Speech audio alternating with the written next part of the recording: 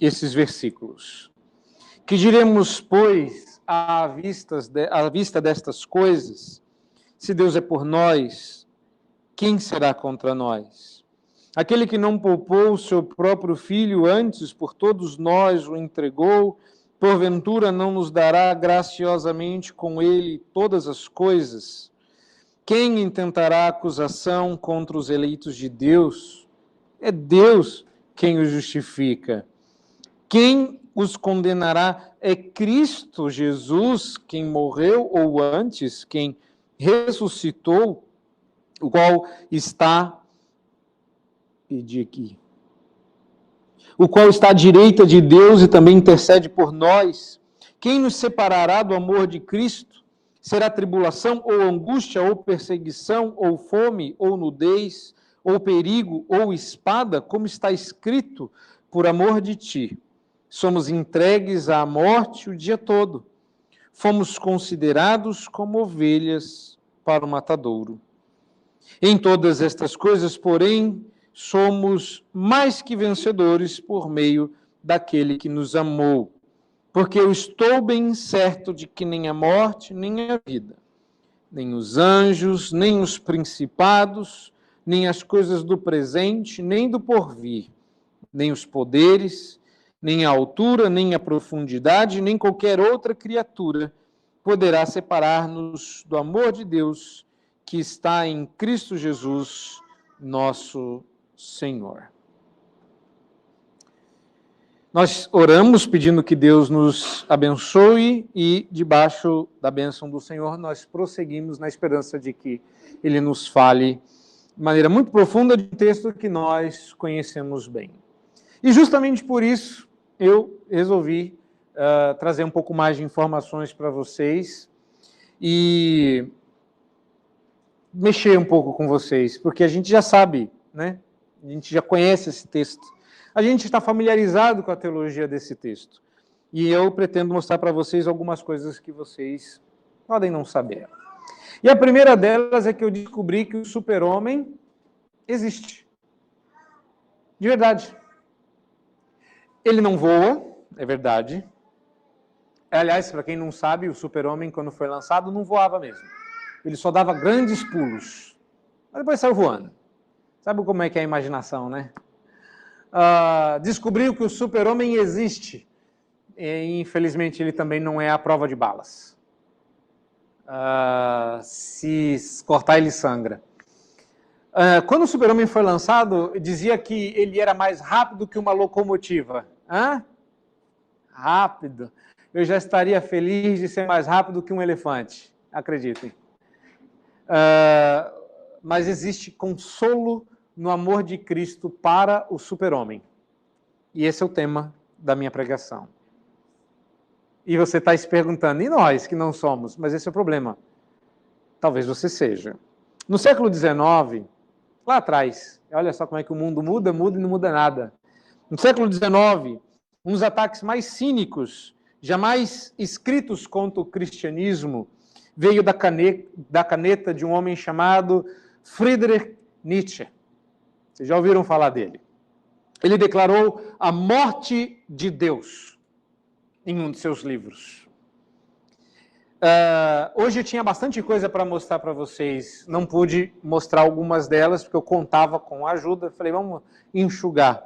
Eu ia começar o sermão dos adultos com recursos audiovisuais, mas eles estão sendo usados para transmissão. Vocês já devem ter ouvido falar, se não do filme, da música que abre 2001, Uma Odisseia no Espaço.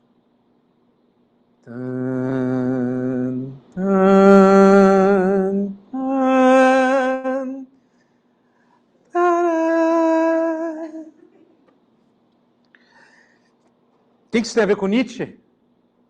Nietzsche disse que Deus morreu de compaixão. Tinha tanta compaixão nele que ele morreu.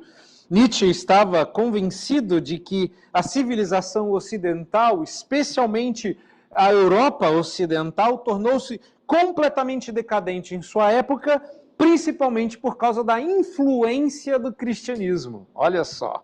Nietzsche acreditava que as virtudes cristãs, como a misericórdia, o amor e a compaixão, e eu acho que se Nietzsche tivesse estudado melhor o cristianismo, ele teria incluído fé, esperança e amor.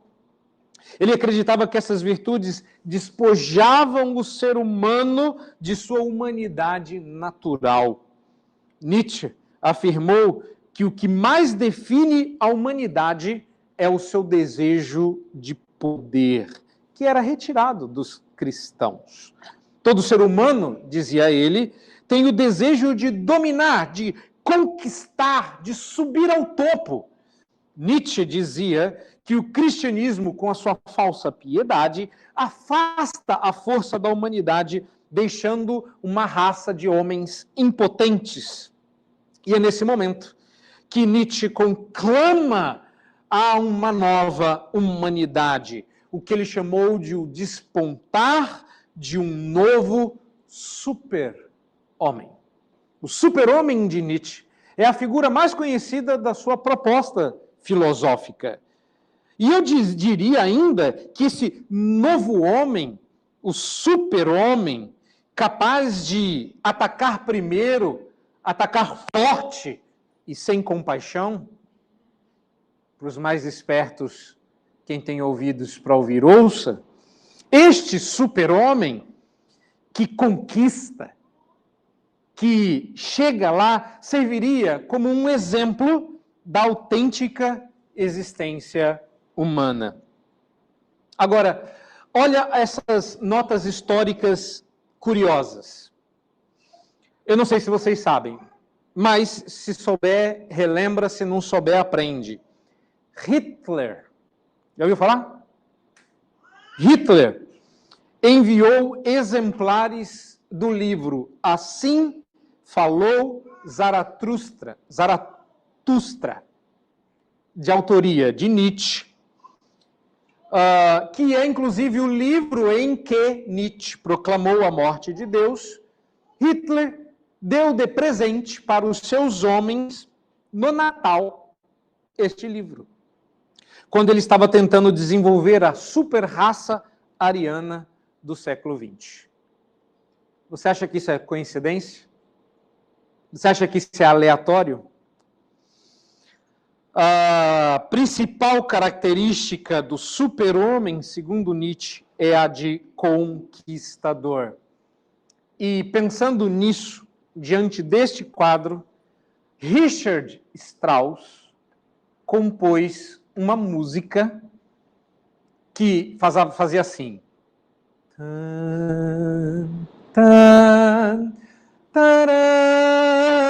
Sabe qual é o nome dessa música? Assim Falou Zaratustra, inspirada nos trabalhos de Nietzsche, e que abriu 2001, Uma Odisseia no Espaço. A primeira cena desse filme, o homem conquista, o surgir de um novo homem, conquista sua autonomia, e é ali que ele termina por conquistar o espaço. Como eu disse, nada mudou. Se hoje em dia você for um gênio, mas você disser que é um cristão, quase que instantaneamente você morre para a pessoa. Não é assim? Todos se acham super-homens sem Deus e pulam de prédios de mais de 20 andares, julgando que saíram voando. Vocês conhecem a história desse homem? Em seu voo de direção única, lá para o 8º andar, alguém perguntou para ele como estava o voo e ele disse, até aqui, tudo bem. E a pergunta é, por quanto tempo estará tudo bem o voo deste super-homem? E apesar de Nietzsche estar redondamente enganado, o super-homem existe. E é você. Sei que parece pregação coach, né? O pastor tirou o púlpito, virou coach. Está modernoso, vai dizendo para nós que a gente é o super-homem, que a gente é o conquistador. Nietzsche disse que este super-homem seria alcançado sem Deus. Eu vos afirmo que o super-homem é alcançado com Deus. E este super-homem não está longe de você. Se você olhar no espelho, você vai encontrar as Supergirls e os Supermans presentes. Nietzsche estava completamente errado, mas existe o super-homem. Pastor, não entendi. Nietzsche estava certo ou estava errado? Bom, se você estava esperando que o super-homem era Jesus, isso é impossível, nem poderia ser. Jesus é incomparável. Ele não é uma versão deificada do ser humano. Aliás, essa é uma heresia antiga que dizia que Jesus nasceu homem comum, mas recebeu os superpoderes divinos e foi transformado na segunda pessoa da Trindade. Isso é uma heresia cristológica antiga, a divinização da natureza humana do Redentor. A pergunta é: como pode alguém como nós, que já sabemos que não damos conta, sermos ao mesmo tempo o super-homem? Como pode? Pois é. Se você quiser saber, você vai ter que prestar atenção nesta pregação até o final e especialmente ao momento, ao ápice desse texto, quando no verso 37, Paulo diz que em todas essas coisas nós somos mais que vencedores. Eu acho que você nunca ouviu falar disso.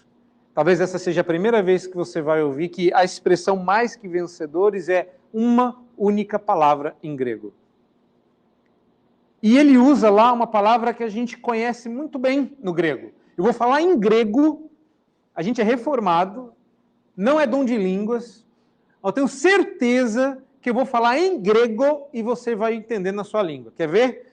A palavra que Paulo usa aqui é uma palavra que começa com hiper. Paulo diz que nós somos hiperconquistadores. Se você for traduzir hiper do grego para o português, uma boa tradução seria super. Não entendeu? Eu sei que o povo gosta de nome em inglês e nome diferente nas coisas. Quem nunca viu uma borracharia é o Shaddai, né? E que você gosta de hipermercado, mas uma boa tradução para hipermercado do grego seria supermercado. Tá vendo? Paulo está dizendo aqui que você é o super conquistador. O super-homem de Nietzsche, que Nietzsche não alcançou, está no texto de Paulo desta manhã. Olha só que maravilha. E é óbvio que Paulo não está falando de Jesus, ele está falando de vocês. Coisa boa. Você entrou aqui de um jeito e vai sair daqui voando. Será? Vamos ver. Paulo está caminhando para a conclusão não só dos parágrafos anteriores do capítulo 8, mas de toda a seção que veio desde o primeiro capítulo até aqui. Aqui acaba a primeira seção do livro de Romanos. Existem comentaristas que não foram além desses capítulos, sabia? Até aqui eu tinha até bastante material. Muita gente escreveu sobre Romanos 1 a 8, mas poucos se aventuraram a ir do 9 em diante. Eu sei por quê. Porque vai chegar o 9. Vocês estão achando que o 9 é fichinha? Pois é no 9 que Deus vai dizer: aborreci mesmo, odiei mesmo, não gosto, não vai para o céu. Mas eu amei este, não aquele. Vai chegar o 11. Nem todo mundo que diz que é Israel de fato. Mas eu vou salvar só os Israel verdadeiro aí, e tem um pouco de escatologia. Eu já entendi qual é a do pessoal. Vamos evitar escatologia. Mas, gente, depois que nós aqui já passamos por Daniel, nós estamos encarando 9 em diante. Não é mesmo? Pois muito bem. Começando com o que nós já sabemos, a paz de Deus não exclui o combate da fé. O mundo não está transformado ainda, tá? O mundo não é uma coisa linda, maravilhosa e está todo mundo em paz. Deus fará com que tudo contribua ou concorra para o bem daqueles que amam, conduzindo-os à vitória da fé, mas isso não significa que nós seremos poupados das provações. Que é o que as pessoas dizem por aí. Você vai se converter, vai vir para o Evangelho e você vai ficar livre dos problemas. livre da pobreza, livre da doença, e aí o que a pessoa faz? Tem Covid. E eu conheci tanto pastor evangélico. Eu me lembro uma vez, na cidade pequena ocorre muito disso, em São Paulo é mais difícil. Eu me lembro de em cidade pequena, Deus está... Eu sempre fui o pastor prebento, né? Então tanto faz, eu passava mal, eu operei, já pensou? Não teve milagre. E eu me lembro uma vez de ter encontrado um pastor no pronto-socorro. Pronto-socorro não era pronto-socorro, na verdade, era a antessala de uma consulta. Eu estava no pré-operatório e encontrei ele lá e eu estava falando dos meus problemas. Eu ia operar da válvula de hiato. E ele não queria falar dos problemas dele, porque na igreja dele ele curava as pessoas, mas ele tinha que ir ao médico. Inclusive era o mesmo médico meu. Você também é lascado? Ele está repreendido. Mas está repreendido na sala de cirurgia, como é que é? Onde que repreende isso aí? Percebe? Pois é. Vitória da fé não é isenção de problemas. Se você veio para a igreja presbiteriana metropolitana para ficar livre dos seus problemas, no melhor estilo, os seus problemas acabaram, sinto dizer que seus problemas podem estar apenas começando. Por quê? Porque você chega com um problema e eu geralmente mostro para você que o seu problema é o fruto de uma árvore frondosa de problemas, de raízes bem escondidas na terra. Mas aqui a gente arranca a raiz, a gente arranca a árvore pela raiz. E é super tranquilo. Não, fica um buraco enorme que precisa ser coberto de terra e Deus vai curando aos poucos. A dúvida final, portanto, ao que me parece, quando Paulo conclui este texto é: o que seria capaz de destruir tudo? O que seria capaz, então, de me separar dos benefícios que Paulo veio explorando até aqui? Eu não dou conta, mas Cristo dá. Eu não sou justo, mas Cristo é. Eu não sou bom, mas Deus é. Deus resolveu o problema. A gente estava perdido. A ira de Deus era derramada sobre nós e agora o amor de Deus é derramado sobre nós. E a gente também viu, neste mesmo capítulo, a nossa capacidade de estragar tudo. De como a gente pode chegar em 1 minuto e estragar tudo instantaneamente. O que poderia, sei lá, só para eu evitar, estragar tudo que eu aprendi até agora? E Paulo vai oferecer o consolo ou a segurança que o amor de Deus pode nos trazer. E essa é a pergunta que eu quero responder. Que consolo há no amor de Deus para quem é super-homem? Você vai começar como o super-homem de Nietzsche e vai terminar como o super-homem de Paulo. O super-homem de Nietzsche não sai voando, só na imaginação dele. O super-homem de Paulo sabe que não pode voar, mas um dia vai. Como é que a gente faz isso? Aprendendo esses, que eu entendo aqui, 3 consolos que o amor de Deus nos dá. Primeiro deles, um pouco, talvez o mais longo, mas não o ápice do argumento de Paulo, está aí nos versos 31 a 34. Olha aí para o seu texto. Eu acho que aí está o primeiro grande consolo no amor de Deus. Qual é? Que o amor de Deus por você está baseado em Cristo, não em você. Deixa eu explicar o que isso significa. Paulo começa dizendo assim: se Deus é por nós, quem será contra nós? Aquele que não poupou o seu próprio filho, antes por todos nós o entregou, porventura não nos dará graciosamente com ele todas as coisas? Implícito na afirmação do apóstolo Paulo, não é apenas quem pode estar contra nós, mas quem poderia estar contra nós. Ou seja, essa é uma pergunta retórica, a resposta é óbvia.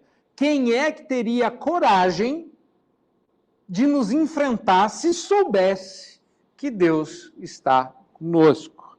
Ninguém pode estar contra nós se Deus é conosco. Ayrton Senna, que eu não sei se era crente, provavelmente não, foi criado num lar evangélico, de princípios cristãos. os parentes dele frequentavam a igreja que eu e minha esposa, na verdade ela, antes de mim, quando eu cheguei, Ayrton Senna já havia falecido, e a família deles já estavam se mudando daquela região, mas de vez em quando alguém falava, olha, a irmã do Senna está aí. Como eu não sabia quem era, eu olhava para trás e não via ninguém. Nunca soube quem era a moça. Ayrton Senna tinha uma frase curiosa, entretanto. Toda vez que alguém dizia para ele assim, se Deus quiser, você sabe como é que, né? Piloto vai entrar, pode morrer. E alguém falava, vai tudo certo se Deus quiser. Ele sempre respondia, ele era famoso nos bastidores por essa resposta. Ele dizia assim, mas se Deus quiser, não há quem não queira. Se Deus quiser, não haverá quem não quer. Pega isso e pensa, e eu vou trazer muita coisa de fora para dialogar com esse texto hoje. Então pega isso e olha para esse texto. Se Deus é por nós, quem será contra nós?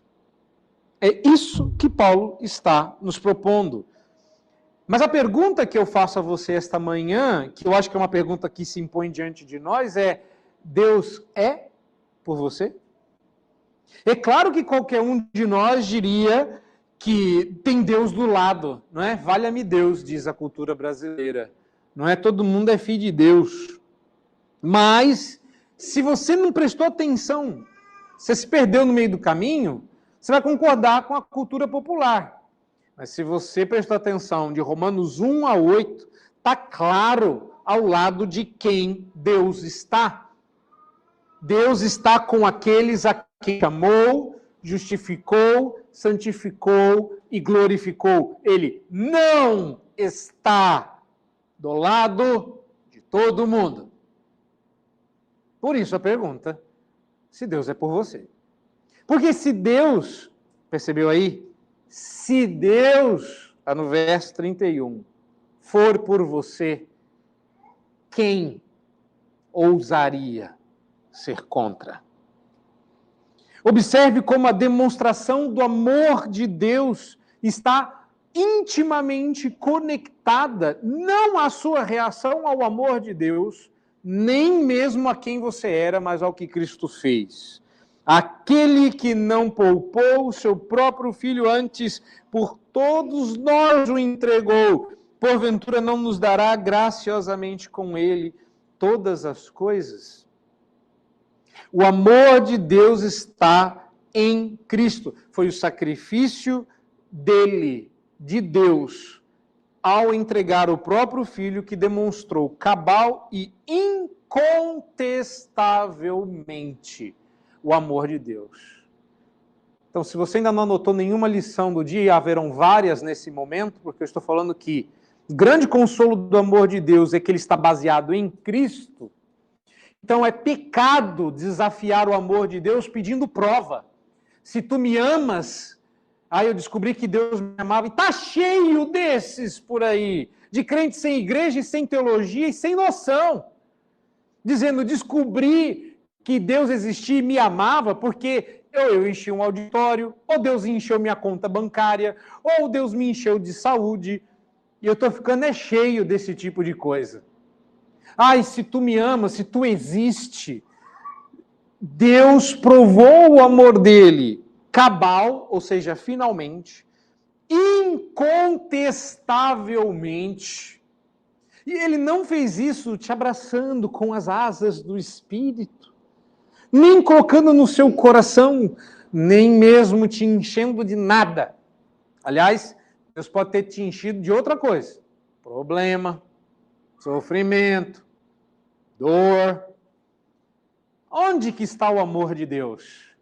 Paulo coloca assim, se Deus não poupou o próprio filho por amor de você, o que você acha que Deus seria capaz de fazer por amor de você se ele já fez? Se ele já demonstrou? Deus não poupou seu próprio filho. Quando Paulo usa uma expressão como essa, é difícil você não lembrar dos exemplos práticos, de como, por exemplo, Isaque foi oferecido por Abraão a Deus. E talvez a maioria dos estudiosos acha que é provável que Paulo se refira a este exemplo. Mas eu estou com um outro grupo que acha que Paulo está pegando o cômputo, o resumo, o abraço de todas as figuras do Antigo Testamento. Deus poupou Isaac, mas não poupou o próprio filho. Deus fez isso ao longo da história. Deus poupou o seu povo, Deus poupou os seus servos, porque um dia no futuro ele haveria de cobrar de si mesmo, no seu próprio filho, o livramento que ele concedeu a outrem. Parou para pensar nisso? É verdade que na hora H Deus poupou Isaac pela disposição do coração sincero de Abraão. Mas nós que estudamos o livro de Daniel, não tem como não lembrar do livramento de Ananias, Misael e Azarias da fúria da fornalha de fogo ardente. Lembram disso? Ou do livramento do velho Daniel, já idoso, lançado injustamente na cova de leões famintos. Eles foram poupados no passado. Vocês têm sido poupados no presente. E irmãos que nós não conhecemos serão poupados no futuro, porque Deus não poupou seu próprio filho. Deus não deixou o leão comer Daniel, porque um dia deixaria Jesus morrer na cruz. Deus não deixou o fogo consumir os amigos de Daniel, porque um dia sua ira consumiria Jesus. Deus te livrou daquele acidente, daquela doença, daquela circunstância, daquela dor. Deus te livrou de mais coisas do que você passou, porque ele não poupou o próprio filho. Eles foram poupados no passado porque Cristo não seria poupado. E o fato de Cristo ter se voluntariado ao sacrifício, porque Paulo está falando do amor com que Deus nos tem, Paulo aqui se refere a isso, não somente ao amor do Pai por nós, mas ao amor da Trindade por nós. É por amor que Deus entregou o seu próprio Filho, foi por amor que Cristo se entregou por nós, é por amor que o Espírito Santo aplica em nós a salvação. Visto, portanto, tão grande sacrifício de amor por nós, conclui o apóstolo Paulo, a pergunta que ele faz é legítima. Como poderia alguém ainda duvidar que esse Deus não estaria disposto a nos dar graciosamente com ele todas as coisas? Se o sofrimento do tempo presente é capaz de desviar a sua atenção do amor de Deus, olha a outra lição aí. Muito provavelmente você ainda não foi alvo desse amor. Vou repetir porque é duro. Se os sofrimentos do tempo presente desviam sua atenção do amor de Deus, provavelmente você não foi alvo desse amor.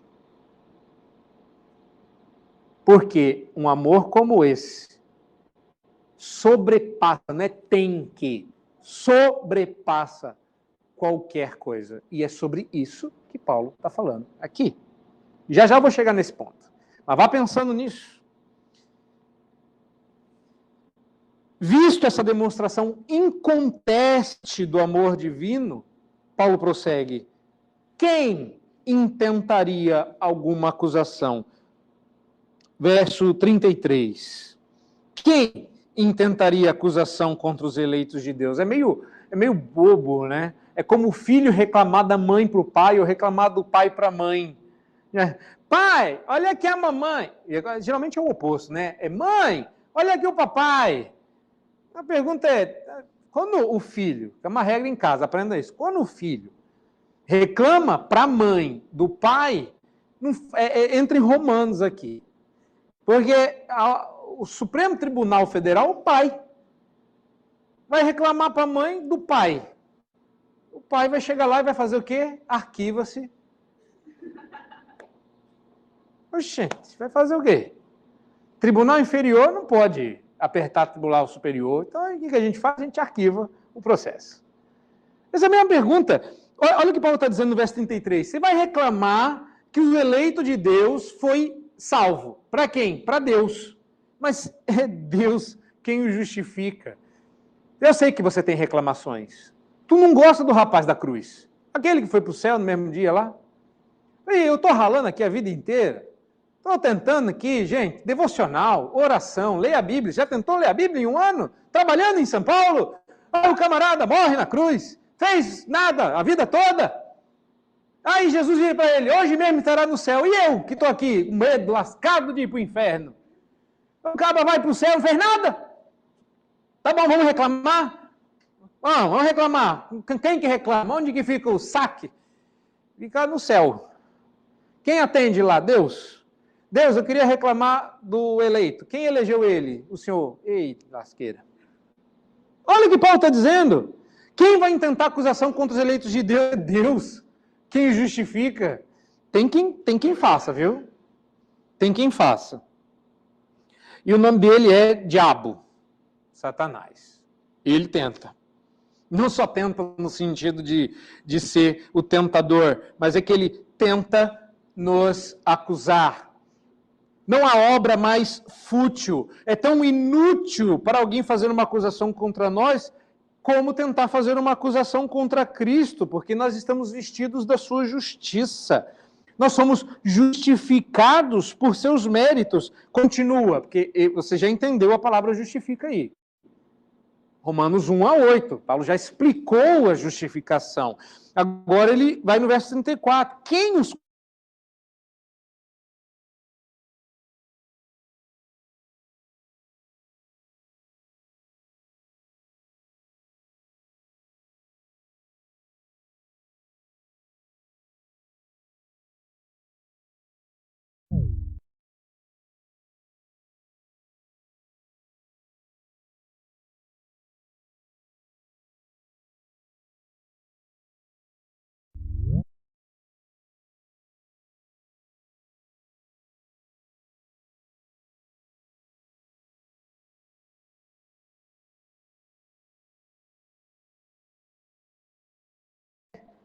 Você sabe qual a pior coisa que Satanás faz? Apesar de ele estar muito empenhado em tentar-nos à queda, a obra principal dele carrega o seu nome: acusação. Ele é o acusador. Ele nos acusa a fim de tirar a nossa segurança, a nossa alegria, o nosso consolo, a nossa paz. E tudo isso é nosso em Cristo. O problema é que você de vez em quando cai na dele. Confia nos seus méritos, confia no seu desempenho, confia no seu histórico, confia em você. E quando você faz isso, você enlouquece. Perde a segurança, perde a alegria, perde a paz, perde o consolo, se perde. E esse é o trabalho de Satanás. Ele fica nos lembrando dos nossos pecados. Ele fica falando no seu ouvido das suas imperfeições. Não tem nada pior do que ser o diabo na vida dos outros. Você tem espelho, tu sabe que está gordo, mas a pessoa tem que lembrar que você engordou. Não é assim? Satanás não entra nessas pessoas. 2 anos de pandemia, aí a pessoa fala assim, você não é engordada, né? Sabe o que você pode fazer? Sai, demônio. Não de mim, dele. Eu sei. É igual a pessoa falar que você é feio. Você já sabe. Diga amém. O problema é que a gente é orgulhoso demais para isso. Você já reparou? Quando era mais novo, perdido em meu orgulho, ficava sempre tentando me explicar, me justificar. Parei com isso. Quando a pessoa fala assim, tu é ruim, eu digo amém, concordo. Talvez eu seja até pior do que você imagina. Eu acho a sua pregação muito longa. Eu também. Tem vezes que até eu me canso de pregar. Não tem razão. Eu acho que você fala muito difícil. Outrora Dessarte com tudo. Quem sabe? E olha que eu de vez em quando ainda erro aquele negócio pronominal do agenda passiva. Pois é. Qual que é o trabalho de Satanás? Ser inútil. E a inutilidade está em lembrar dos outros os seus próprios pecados. E a pergunta é, toda vez que você faz isso com seu irmão e não leva a redenção, você junta-se com um time que é liderado, capitaneado pelo diabo. Acusação não é o trabalho de Deus. A Bíblia chama Jesus de nosso advogado, de defesa, óbvio. Nós devemos olhar para Cristo. O amor de Deus está baseado em Cristo. Então, a grande lição desse primeiro ponto é: console-se lembrando que o amor de Deus está baseado em Cristo e não em qualquer performance sua em qualquer área. A isso encerra esse primeiro ponto, 31 a 34.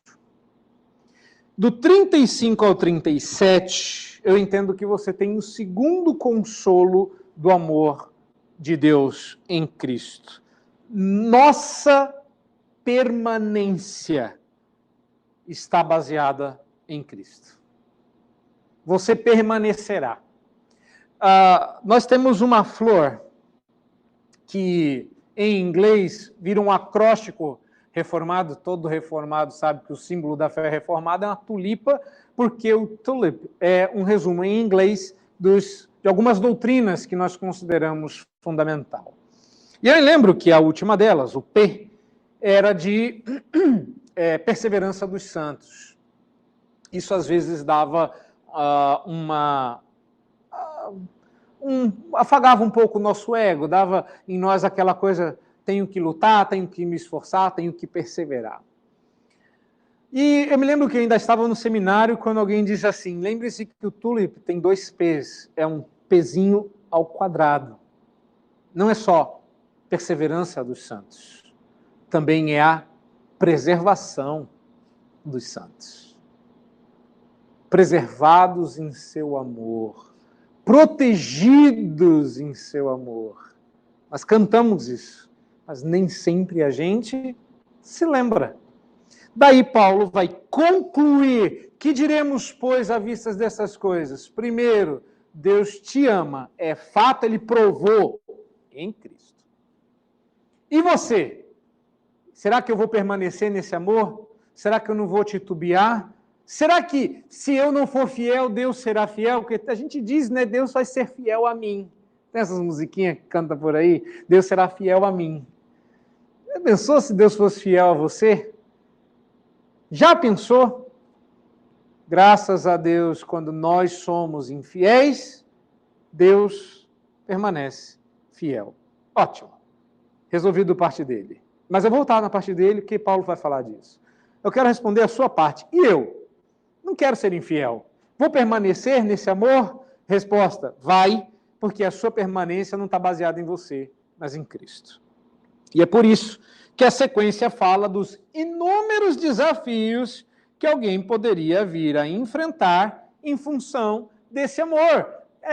Você não vai sofrer só porque você peca, porque você se mete em rascada, mas você também sofre porque o mundo é hostil a Deus e eles não podem agredir a Deus, vão agredir o filho. Minha mãe me ensinou um ditado que diz assim: quem beija meus filhos, meus lábios adoça.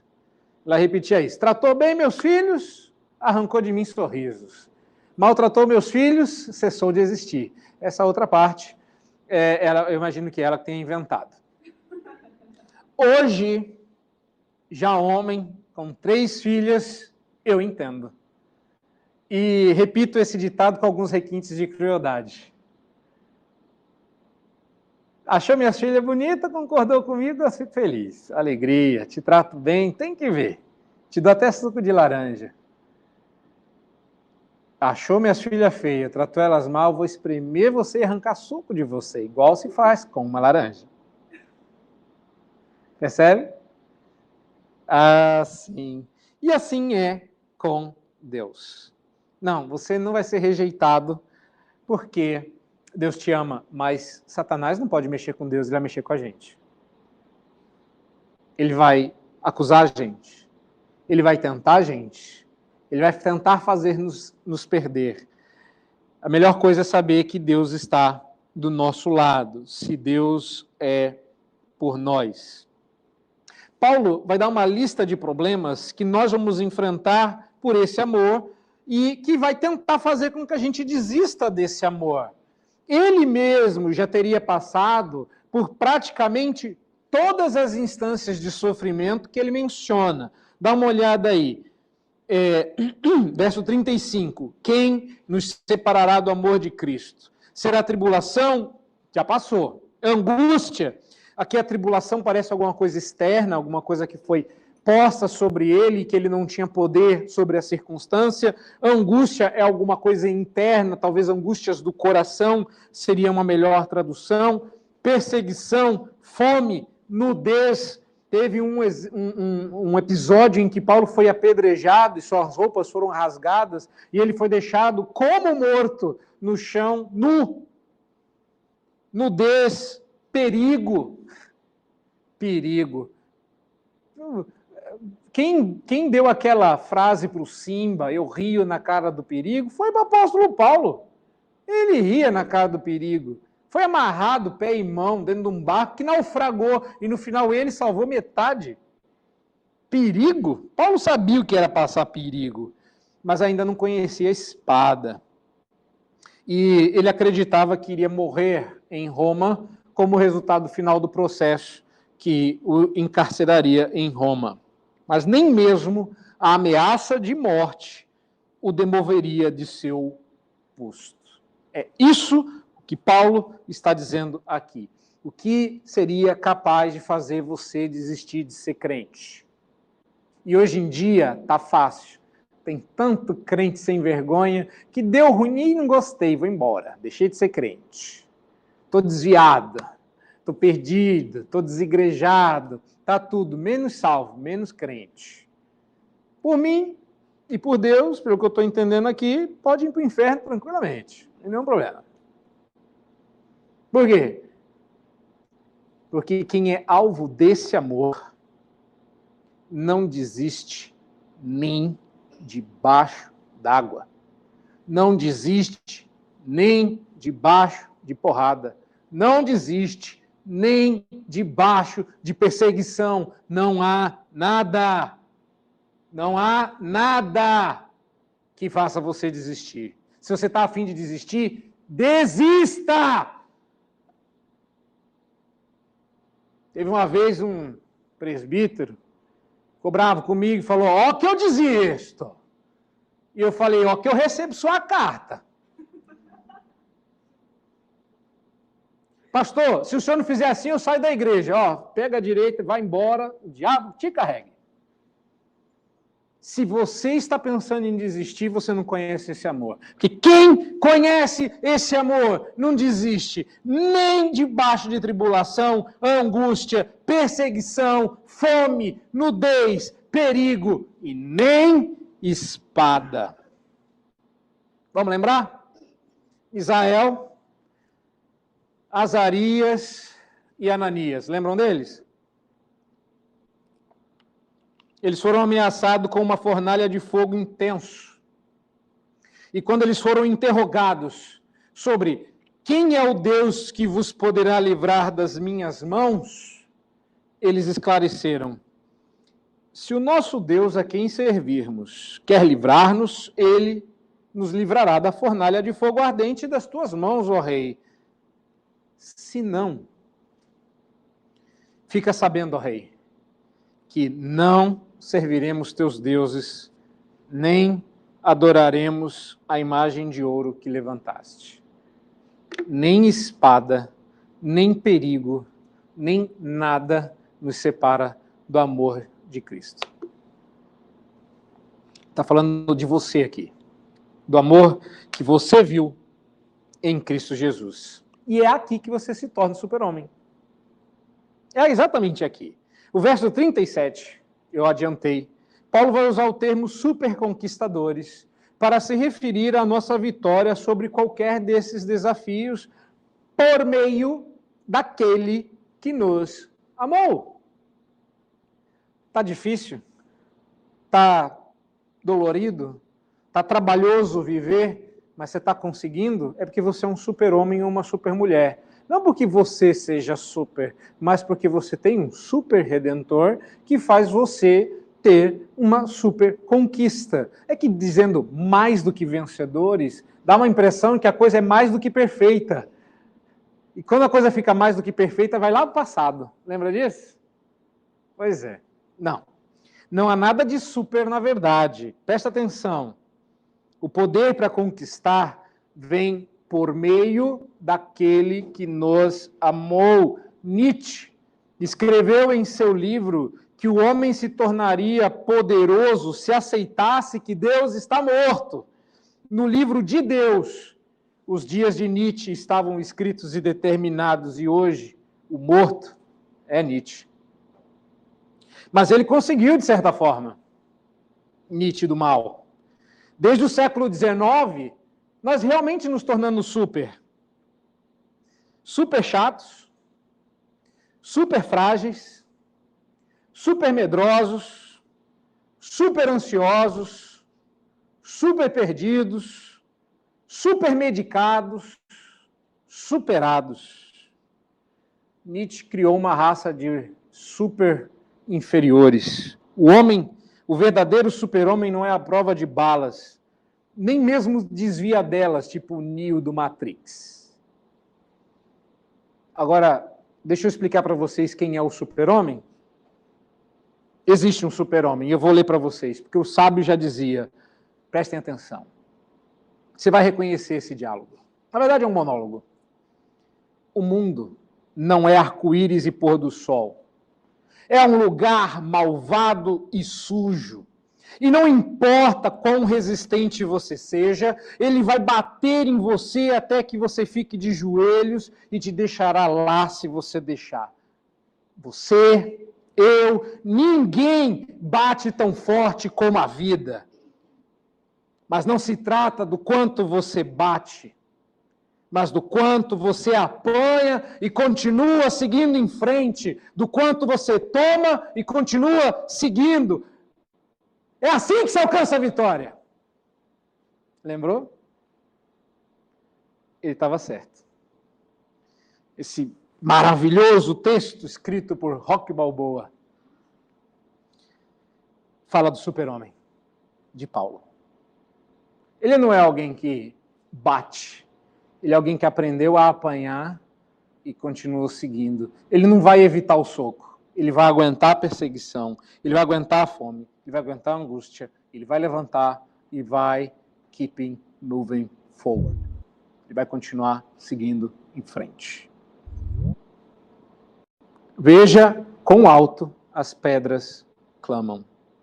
Uma pena que ele não estava falando de Cristo, porque se tivesse, estaria dizendo que em se tratando de abandonarmos o amor de Deus que está em Cristo, não existe nada capaz de nos convencer a desistir. O que nos conduz à última consideração. E Deus? Tem certeza que Ele não vai desistir de mim? Vocês já duvidaram disso que eu sei? Não sei se Deus... Eu estou tão distante, eu aprontei essa semana, não sei. O senhor não sabe o que eu fiz, mas Ele sabe. Será que Deus não vai desistir da gente? E de novo vai aparecer coaching, né? Deus não desistirá de você. O problema é que é verdade. É verdade. Está aqui. Mas a razão é porque a permanência do amor de Deus por você está baseada em Cristo. E não na sua performance. À primeira vista, olha lá, pois está escrito, né? Por amor de ti somos entregues à morte como ovelhas considerados. Tá. Em todas essas coisas somos mais que vencedores. Tá. Verso 38. Porque eu estou bem certo de que nem a morte, claro que ele não vai começar com a morte, ele não está falando da gente. Nem a morte, nem a vida, nem os anjos, nem os principados, nem as coisas do presente, nem do porvir, nem poderes, nem alturas, nem profundidade, nem qualquer outra criatura poderá separar-nos do amor de Deus que está em Cristo Jesus, nosso Senhor. À primeira vista, parece que Paulo está dizendo o seguinte: nada do que existe nas extensões do espaço, altura, né, profundidade, do transcurso do tempo, nem coisas do presente, nem do porvir, nada do que existe em todo o universo de Deus, qualquer outra criatura, pode separar-nos do amor de Deus, o Pai, que nos foi assegurado em Cristo Jesus. Parece que é isso, né? Tempo, espaço, nada. Mas, e se você soubesse que, eu não sabia disso, para mim não parece verdade o que eu vou falar aqui, mas todos os estudiosos foram unânimes, a palavra grega para altura e profundidade era termo técnico na astrologia. Coisa doida, né? E mais tarde se tornaram termos comuns no gnosticismo. Olha só que doido. Paulo está pegando aí coisa da astrologia, sabe? Qual é o seu signo? Eu ouvi a melhor de todas esses dias. Alguém perguntou para alguém assim, qual é o seu signo? Ele falou, tiranossauro. Aí ele falou assim, mas esse signo não existe. Ele falou, igual aos outros, também não existe. Posso escolher um que... Né? Percebeu? Aí Paulo fala assim, não tem, vamos traduzir isso aqui, não tem vida após a morte, vida após a vida, anjo, demônio, principado, Ares, câncer, eu não sei nem como é que fala, ascendente em Júpiter. Não tem bicho no mundo e fora dele, é isso que Paulo está dizendo. Paulo, é como se ele estivesse dizendo com um pouco mais de profundidade que nada mesmo, em qualquer dimensão, circunstância ou condição, seria capaz de demover a Deus do seu amor por nós. Nada. No universo, no multiverso, no transverso, no terrestre. É isso que Paulo está dizendo. E quando eu leio as afirmações do apóstolo Paulo sobre o fato de que não existe nada nem ninguém capaz de nos separar do amor de Deus em Cristo, eu penso em vocês. E sabe o que me ocorre? Que nem mesmo vocês, suas falhas, suas pisadas na bola, suas quedas, seus pecados, são capazes de separar Deus de vocês. É curioso, quando você olha para isso, está falando de astrologia, demônio, tudo. Gente, vida, nada no universo, criado ou imaginário, é capaz de separar Deus de você. Aí você pensa que você é. Você pensa que seu pecado é. Você pensa que a sua história de vida é. E eu afirmo a vocês que nem vocês, em todo o seu pecado, é capaz de separar o amor de Deus de você. Não existe nada que você faça que dê tanto nojo para Deus que Ele não resolva te pegar de volta. Não existe nada que você faça que deixe Deus tão irado que Ele não te receba de volta, se você vier arrependido. Nada, nada, nada, nada, vezes nada. Isso não é um encorajamento para pecar. Se você entender, a partir do que eu falei aqui, que já não tem nada que vai me separar, que o amor de Deus é inseparável de mim, e que isso me dá licença para eu viver do jeito que eu quiser, ser encontrado em qualquer lugar que eu quiser, que já tem pastor que pregou isso aí, vocês lembram disso? Você pode fazer o que você quiser, ser achado em qualquer cama, em qualquer lugar, ter qualquer coisa no bolso. Que o amor de Deus não se separa. Se você entender isso, é porque você não entendeu foi nada. Você não entendeu Romanos 1:8. Chega aqui e você fala besteira, óbvio. É a conclusão de um argumento enorme, você não tem cabeça para tudo isso, aí você fala besteira. Então segue o argumento do apóstolo Paulo. Nada poderá afetar o amor que Deus tem por você. Se você acha que seus pecados estão liberados. Você não é amado por Deus, você é um herege. Anota aí, herege. Não é cristianismo ruim, não é interpretou errado. Anota aí, com H, tá? Herege. Herege. Você é herege. Você é herege. Você é herege. Não é pouca coisa, não. H maiúsculo. Antes, o que Paulo está dizendo com isso, eu entendo, é um encorajamento para voltar. Levanta de onde você caiu e volta. Venha de onde você estiver e volta. Não precisa vir limpo. Não precisa vir santo. Não, eu tenho que me preparar, não posso ir para a igreja assim, tenho que pôr minha vida em ordem. Para com isso, nada que há em você faz Deus te amar, não fez antes, não vai fazer agora. Isso é um encorajamento para voltar, de onde quer que você esteja, onde buraco você se meteu, volta. Pode vir até com um discursinho pronto, Deus não liga, ele não vai ouvir mesmo. Voltarei e direi, pequei contra ti, ó Pai, te ofendi, dá-me da comida dos seus servos, me trata como um dos seus empregados. Aí ele vem todo mulambento. Pai, tá tudo bem, filho, não, tem uma coisa para te falar. Antes você vai comer, vou trocar sua roupa, põe um anel no dedo desse menino, calcem os seus pés. Ele estava morto e reviveu. Toda vez que você se arrepender, Deus vai fazer uma festa dessa por você, porque Ele te ama. Ele não te ama porque você é lindo, maravilhoso, santo, puro e belo. Ele te ama porque santo, puro e belo é Cristo.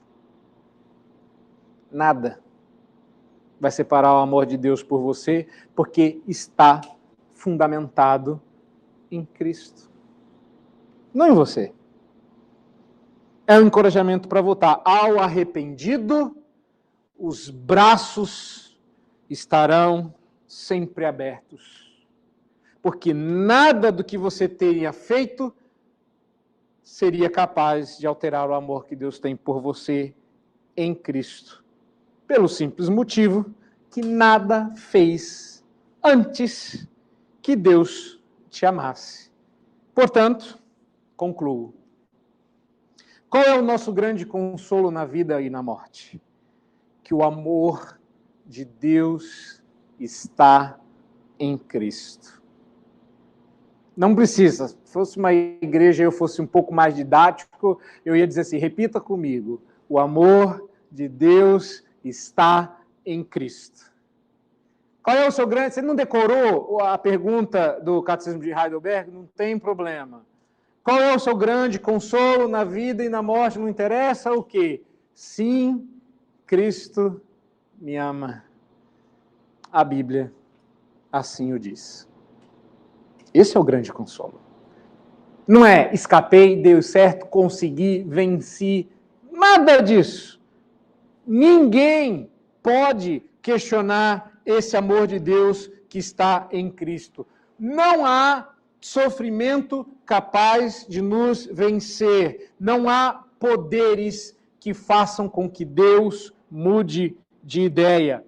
Não há quem possa questionar. Não há nada que faça Deus se demover. Agora, para encerrar, uma coisa importantíssima. Essa rica esperança, a certeza desse amor inamovível, só é encontrado em Cristo. O amor inquebrável de Deus por nós está em Cristo nosso Senhor. A tentativa de separar o amor de Deus de Jesus Cristo resulta em perdição. De novo, está cheio de gente aí falando de Deus, mas ninguém fala de Cristo. Você já achou isso no seu Instagram, no seu Facebook, para os mais velhos, né, que gostam de Facebook, para o seu Instagram, para os caras que você segue, para os livros que você lê, todo mundo ensinando coisa boa, os ricaços, tudo encontrando Deus, ninguém fala de Jesus. Mas o amor de Deus está em Cristo. O amor de Deus está suprema e finalmente revelado em Cristo. E se alguém quiser encontrá-lo, deverá necessariamente encontrá-lo em Cristo. Fora de Cristo, não é possível ver, não é possível experimentar e muito menos certificar-se do amor de Deus. Este é o consolo que há no amor de Deus. E se isso não te convencer, cada dia mais eu me convenço, nada o fará. Não vai ser uma musiquinha, não vai ser o meu tom de voz, até porque eu sou um pastor muito limitado, minha voz some. Mas se você entender isso, então se console no amor de Deus. Amém. Vamos nos colocar em pé, meus queridos, vamos orar, receber a bênção e responder com a bênção cantada após a impetração da bênção. Oremos.